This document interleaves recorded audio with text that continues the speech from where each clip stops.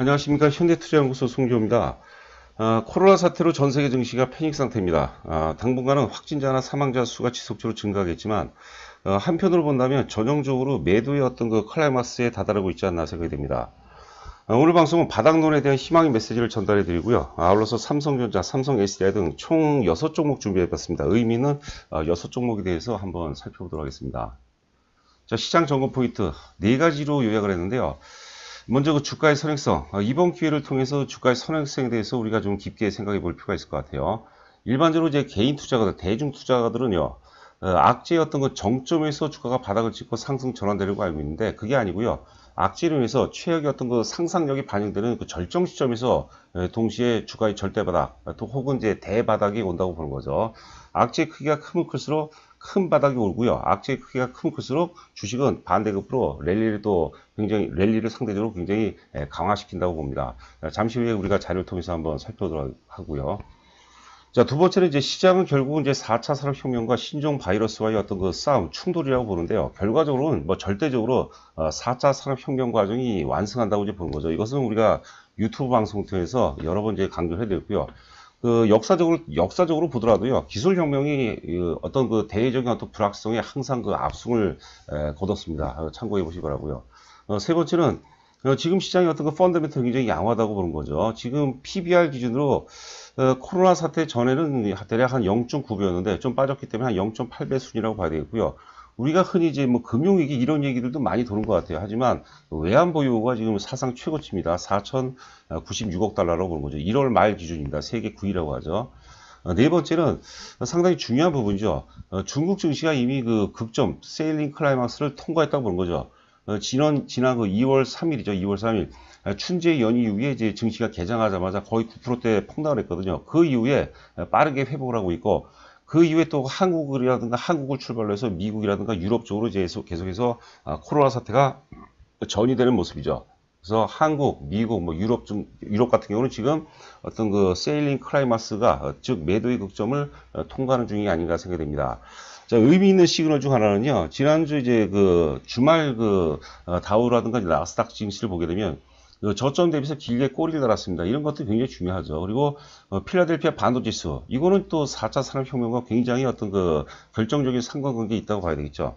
필라델피아 반도체 지수가 대략 한 3%대 폭락한 이후에 2%대 강세로 마감이 됐습니다. 그리고 역시 그 자료를 보도록 하겠지만 굉장히 의미 있는 가격대에서, 의미 있는 지수대에서 이제 양보를 만들었기 때문에 이것도 매도의 극점을 통과했다는 좋은 시그널 중에 하나가 아닌가 생각이 듭니다.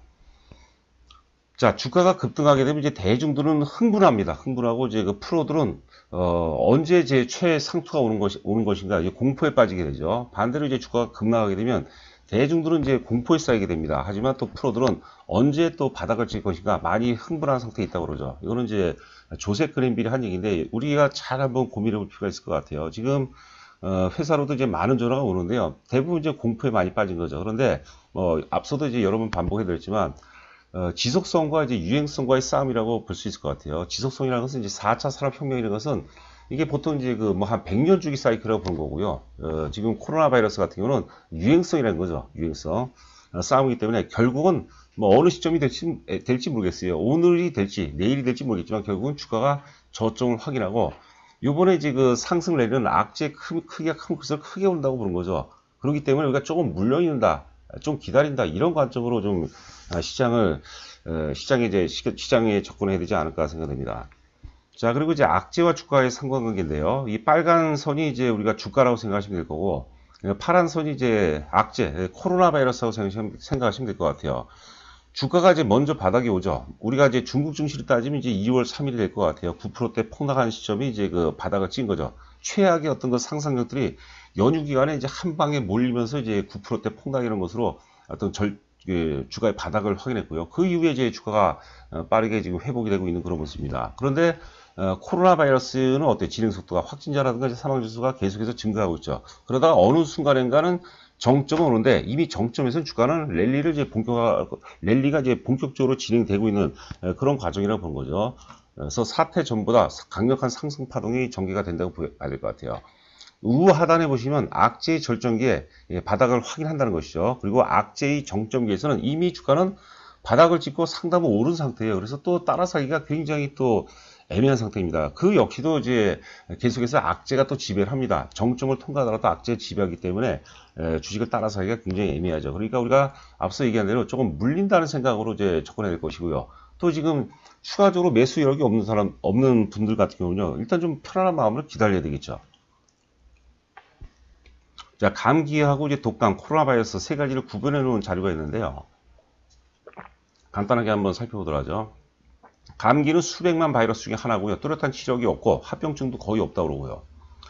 독감 같은 경우는 이제 인플루엔자 A, B, C, 우리가 A형 독감, B형 독감, C형 독감 이렇게 얘기하지 않습니까? 코로나 바이러스도 결국은 이제 그렇게 독감 형태로 생각해야 될 것 같아요. 바이러스를 죽일 수 있는 약물이 없기 때문에 항바이러스제 처방하고 일반적으로 이제 타미플루를 많이 처방한다 그러죠. 자, 코로나 바이러스 같은 경우는 공기로 전염 가능성이 낮고, 그 다음에 침, 재채기 등으로 감염이 되고, 사람 간 접촉으로 감염이 되기 때문에 개인 위생이 이제 중요하다는 얘기죠. 여러분들 그 개인 위생에 신경 많이 쓰시기 바랍니다. 자, 이왕준 이사장이라고 이제 그 명지병원 이사장인데요. 이분 그 기사인데 2월 26일 날 나온 자료입니다. 간단하게 한번 보도록 하죠. 제가 보기에는 이 기사 이상도 이하도 아닐 것 같습니다. 코로나 대유행의 전형적, 시구를 대유행의 어떤 그 유행의 전형적 모델로 판단하게 되면 불필요한 국민 공포를 만들고 잘못된 정책적 판단을 부추길 수 있을 것 같다. 저는 이 대목이 굉장히 의미가 있다고 봅니다. 코로나 바이러스 같은 경우는 전파력은 높은데 치사율이 낮은, 전파력은 높은데 치사율이 낮은 바이러스가 오래 살아남다. 이게 코로나 바이러스를 의미하는 거고, 늘 우리 옆에 남아 있어서 폐렴을 일으키는 동거하는 바이러스가 될 가능성이 높다. 이런 식으로 우리가 접근해야 될 것 같아서 이런 어떤 그 인식이 좀 그 전 세계적으로 확산이 되게 되면 투자 심리도 급격하게 좀 호전이 될 수 있지 않을까 생각이 됩니다. 자, 보시는 자료는 이제 여러 번 말씀드렸던 거죠. 그 A 구간, B 구간, C 구간, 그리고 마지막으로 이제 코로나 바이러스 구간인데요. A 구간은 어떻습니까? 그 전에 항상 인과관계에 의해서 결정이 되죠. 경기가 안 좋았습니다. 그리고 이제 이거는 우리 그 뭡니까? 그 9.11 테러 이후이기 때문에 경기가 굉장히 좀 그 불확실한 상태도 많았는데, 여하튼간에 주가가 1년 내내 빠지다가 공교롭게도 사스가 터지면서 주가가 급등했거든요. 500포인트에서부터 2000포인트까지 급등했거든요. 뭐냐면 매도일에다가 사스가 터지면서 어때요? 바닥을 완벽하게 찍은 거죠.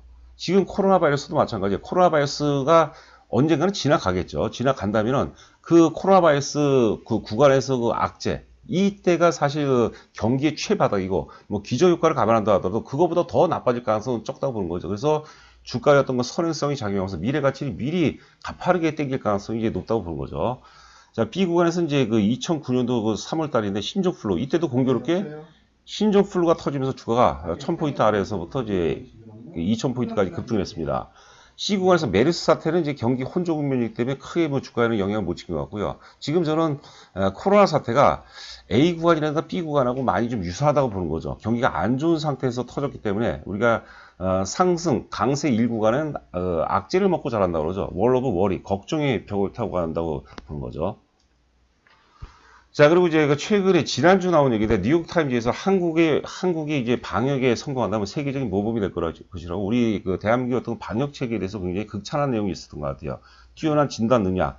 이게 사실 객관적인 팩트예요. 우리는 사실 그 보수와 진보가 나눠서 그 말도 안 되는 소리 하고 있는데, 여하튼간에 뉴욕타임즈는 또 나름대로 공신력 있지 않습니까? 하여튼 뛰어난 진단 능력, 언론 보도, 그리고 민주적인 시스템, 이런 것들을 위해서 우리가 세계적인 모범이 된다고 하고, 뭐 그 내용입니다. 한국은 진짜 최고다. 뭐 급이 다르다. 외신들이 많이 칭찬하고 있고요.